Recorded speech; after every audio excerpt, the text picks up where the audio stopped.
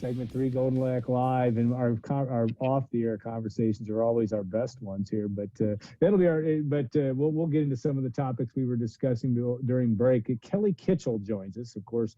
Kelly also part of that Rose Bowl team and played offensive lineman for the Boilermakers in the late 90s and early 2000s.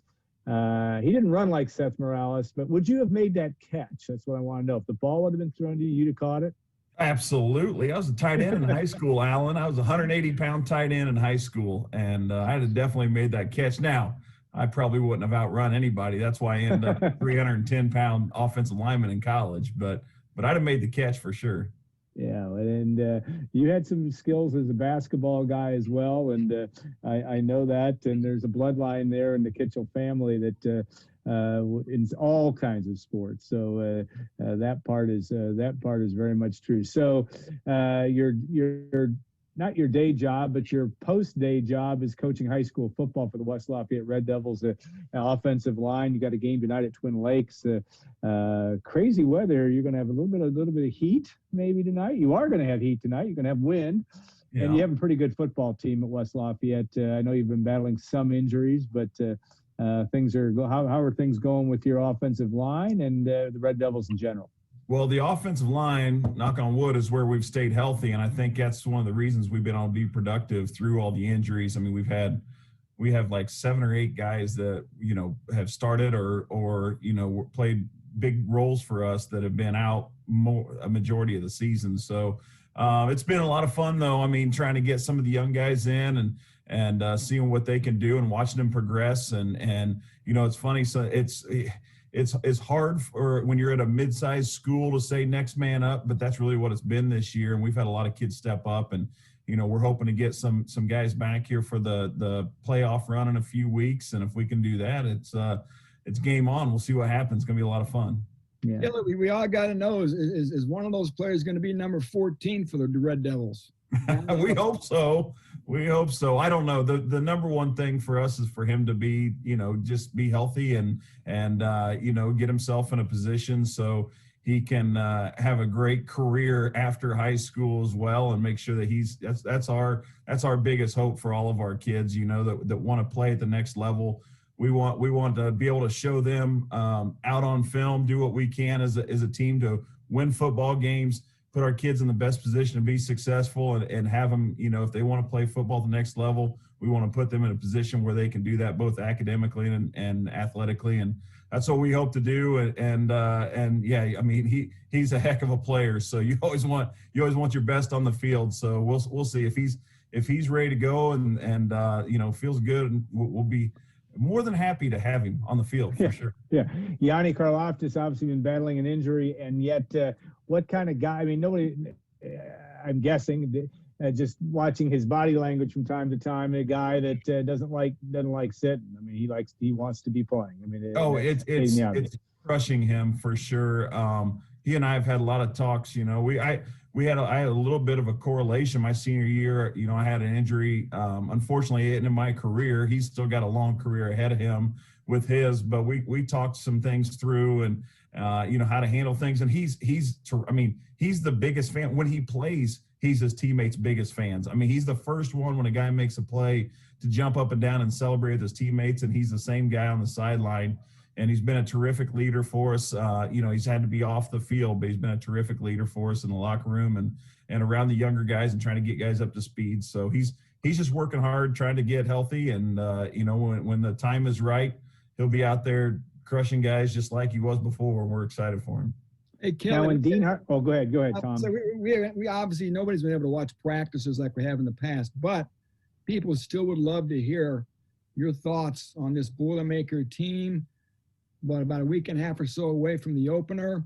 The offensive line in particular, Kelly, as you know, is a unit still with a lot to prove.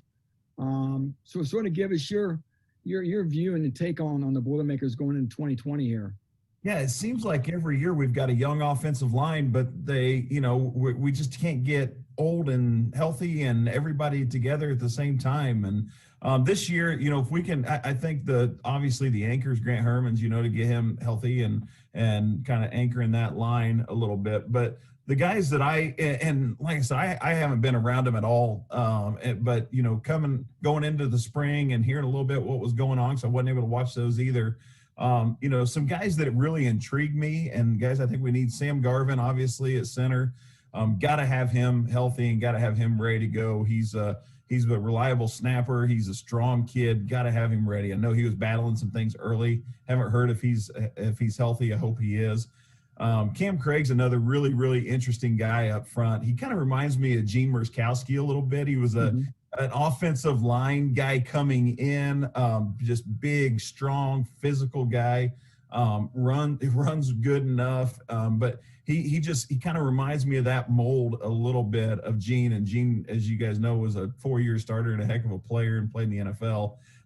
Stickford again and Bramble, Miller. I mean, those guys, we got to bring those young guys along. And I think being on the sidelines the last years or so, I think what these groups have kind of been missing, they've been playing kind of tight because they don't have a whole lot of experience. So they don't have a whole lot of moxie to them yet. And they need to find a way just to play nasty and get a little bit of moxie. I mean, that's, when I came into Purdue, I've told this story many times. First thing I did was I sat down and at the O-line table at dinner, and I was sitting next to Matt Light, and he said, "Hey, who are you?" And I told him who I was, and he said, "What position do you play?" And I kind of popped up, I said left tackle, and he said, "Not while I'm here." And so you need a little bit of moxie, to go along and just have some confidence. I'm hoping some of these guys bring that nastiness with them on the field, and we can see some guys just getting buried up front, because if we can bury guys up front, holy cow, do we have some athletes to get in space and make some plays. Right now on our screen, we have the picture of you. I think it was spring game about 2009 with your twins. You've seen that picture, but your boys are growing up. Your family is growing up. There are 4 Kitchels. I don't know how you and Brooke do it on a day-to-day basis, but tell me about your family and what's going on, because you got some football players in there as well. Yeah, those little twins are now big twins now. They're freshmen in high school, about 6'2", trying to push 6'3", 160 pounds, and playing. They're freshmen playing high school football, so they're having a lot of fun. It's a different experience being a dad and a coach at the high school level. I've coached them all the way through their youth stuff, but this is this is one of those where I kind of take a complete step back and let their position coaches coach them, because they don't weigh enough to play for me up front. I'd love for them to be 240, 50 pounds, and then I could make linemen out of them, but they're not big enough yet. So they're playing some other positions right now. So it's fun just kind of watching them grow and develop. And then I got a 7th grader as well that he's figuring out the game of football. They're playing. They play big schools all the way through. That's the thing about West Lafayette. We love it. They finished up. They're not finished up. They got one more game, but they played over at Lafayette Jeff last night and competed really well with a big school, with one middle school, and it was great to watch them. And they got my little one, Kerrigan. She's women playing basketball. Is 8 years old. She might be the tallest out of all of them. I don't know. She's sprouting up there, but we're having fun. My wife, I don't know how she's the one that runs the whole show. Make sure everybody gets where they need to go, and we're having a ball though. Hey, Tell me about. Go ahead, Tom. Kind of give us an update on the National Football Foundation. I know you're heavily involved with the local chapter there, and last year, of course, you had the big benefit trying to auction off some of Joe Tiller's old memorabilia and possessions. Just sort of get us caught up on the latest with the local NFF and that Tiller auction in particular.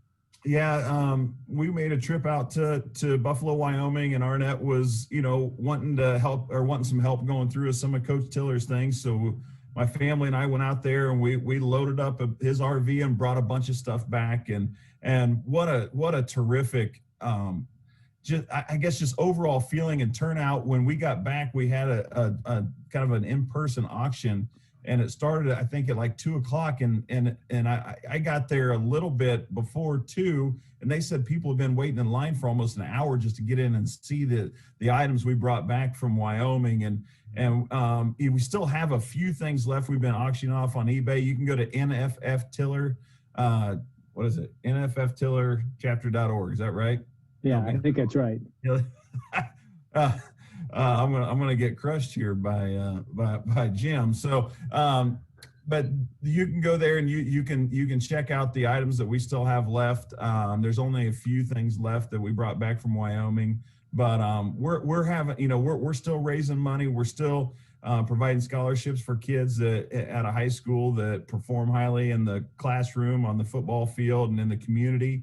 That's what our mission is. We also want to get Purdue Boilermakers into the College Football Hall of Fame, and that's another one of our missions, is to promote the sport of football. And I think it's the greatest sport in the world. I think it really, you can't get the things that you get out of any other sport with teamwork, camaraderie.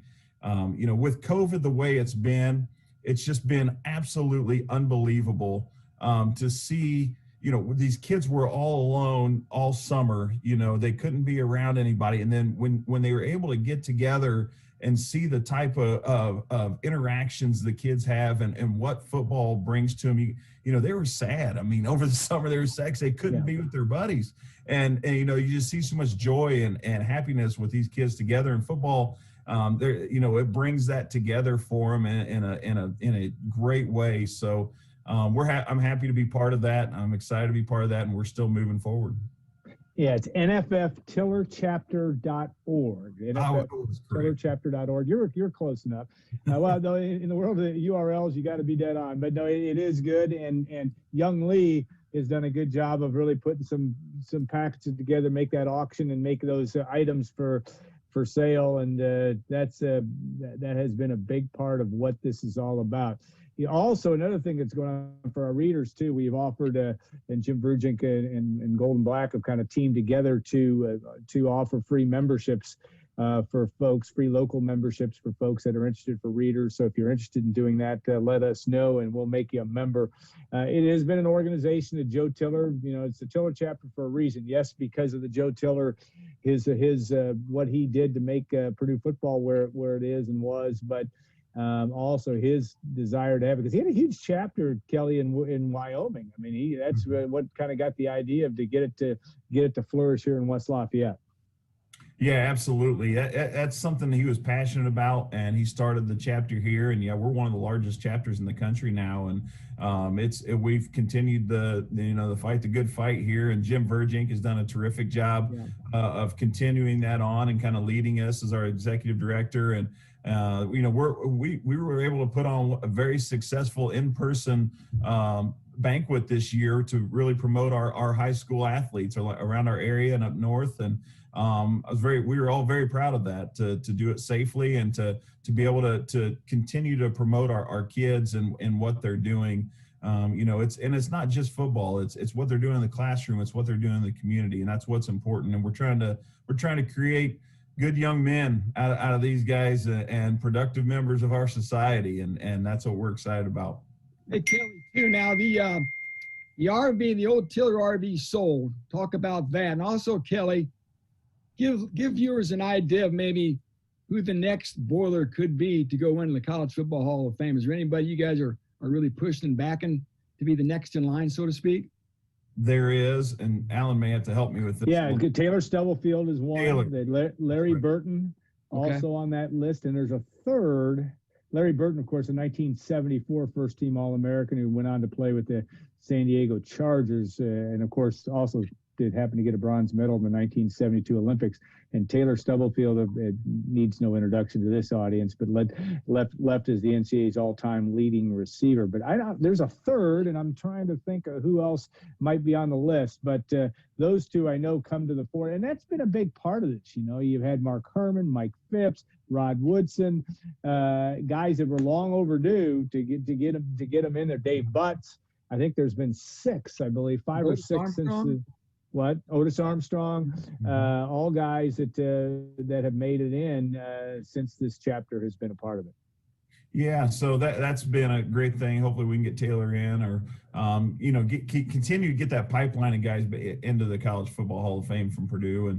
And you asked about the RV. We did sell the RV. We sold it. We ended up taking it down to Greenwood. I ran out of time to get it done, so we took it down to Greenwood, and they sold it for us down there at the RV store, where that's actually where Coach Tiller bought it. but they were able to sell it again for us. And that was, I'll tell you, the overall piece of that, to be able to kind of, bring his things back so that we could celebrate Coach Tiller. And we brought a cardboard cutout. We took one to Bill Moose at Nebraska. We took him, to a lot of different places, and to kind of celebrate that with my kids too. That was, as a personal journey, that was kind of fun for me and our family to be able to bring those things back and kind of have those conversations along the way, and what Coach Tiller, meant to us and our lives and everything we're at today. And so that was a cool deal. We took it to Penn State. We took it to Iowa. We were John Shelbourne jumped in with us when we went out to Iowa. I mean, we had a lot of fun with it, and this would have been a great summer to have it. Yeah. I should have just bought the darn thing, but I didn't think I'd have the time that we had with the COVID quarantine for 3 months or 4 months. I didn't think I'd ever have that much time at this point in our life, but it ended up we did. But we did sell that. Arnett Tiller, she was able to, get those things unloaded how she wanted and really celebrate Coach Tiller. Yeah, and that's something I think we're all committed to keeping his memory alive. He meant so much to, not just as a football coach, but as an ornery, great person. I mean, he was both, and that is very much. Now, I think the Kitchels travel to Buffalo, Wyoming, and back could have been a reality television show. Yeah. I don't know why you guys weren't rolling tape during that. That might have been really some interesting stuff. I know that it'll be something that when your kids are long grown and your grandparents, you and Brooke, you'll have great conversations about that trip. And it was a huge thing for the National Football Foundation, the local Joe Tiller chapter, that you were able to bring all that back. So, Kelly, good luck tonight, the West Lafayette Red Devils. One thing I want to be, because if fans go to a game, you have an offensive lineman that you really like. You have a number of them you like, but it's amazing. These kids are. When Tom Dienhart was starred for West Lafayette, he was not 300 pounds. He's not now. But tell me about a little bit about your line, the specifics there. Well, I'm not sure. I'm sure you worked very, very hard, but I've never had a kid that's worked harder than one of our linemen, and we've told our team this. And don't forget this name. His name's Mareri Amadade, and he's one of the best linemen I have ever coached. And I will go on record. He's the hardest working guy I think that I've ever been around on the football field. He's a guy that we if he's on the other side of the ball, then the side that he's not on can't get anything done. I mean, he's such a disruptive force when he's on the defensive line or the offensive line. When we talk about being nasty, playing through the whistle, finishing guys on the ground, I could put a highlight film of him for 10 minutes of him just driving guys into the ground, and it's unbelievable. And he's a big, strong kid that's unbelievably athletic, and he's gonna be a really, really good football player for a long time to come, and I'm really excited about him. He started for me as a freshman. Not very many have started as a freshman. Hard to do. Won a state championship as a freshman playing tackle, and he's just gotten better every year. And so remember that name. You're gonna hear a lot more about. If you're from the Lafayette area, you already know about him. But he's gonna jump on the national scene, I think, for too long. All right. Well, good luck tonight, and thanks again for joining our show. We always enjoy it. Always enjoy your insights, and it'll be a balmy evening up in Monticello as the Red Devils take on Twin Lakes. All right. Want to thank Gordon Jackson and Scott Sumner and the good folks at WLFI for always making this happen. Zooms just make this easy for me, so I like it this way. But we're always grateful for their work, and we want to thank our sponsors, also Triple X on the hill, but on the level of Purdue tradition since 1929. Hilton Garden Inn. Win tomorrow's big day. State HCI tonight. And, of course, State Farm agent Trent Johnson at TrentIsMyAgent.com. I don't know if Kitch has had a chance to heckle Trent on the field. Has he done any of your games this year? He's done a few, and I owe him a dinner because he was right on a call, and I said he was wrong on a call. And film confirmed that, as normal, as he is one heck of a referee. He was right for sure, and I had to swallow swallow a little bit to admit that, but Trent and his crew, they do a terrific job for all levels of football, and it's such a great group of people to have here, because it's hard to find really good officials, and hard to find officials at all, especially a crew as good as Trent and Dave and all those guys. So they're great. They're just great people. Yeah, it takes officials to have high school sports, and a big problem, a big challenge to continue to do that. So anyway, have a great week, everybody. Next week we will be on Matt Painter, and a player to be named later, we think, will be able to join us. So we'll look forward to the show next week as well, as we are just going to, and then in 2 weeks we'll have Mike Babinski and Mike Berghoff on the show as well. So a lot of interesting guests coming up. So guys, thanks again so much. Have a great week. Gordon and company, thanks for all that you do, and we'll look forward to seeing you next week on Gold and Black Live.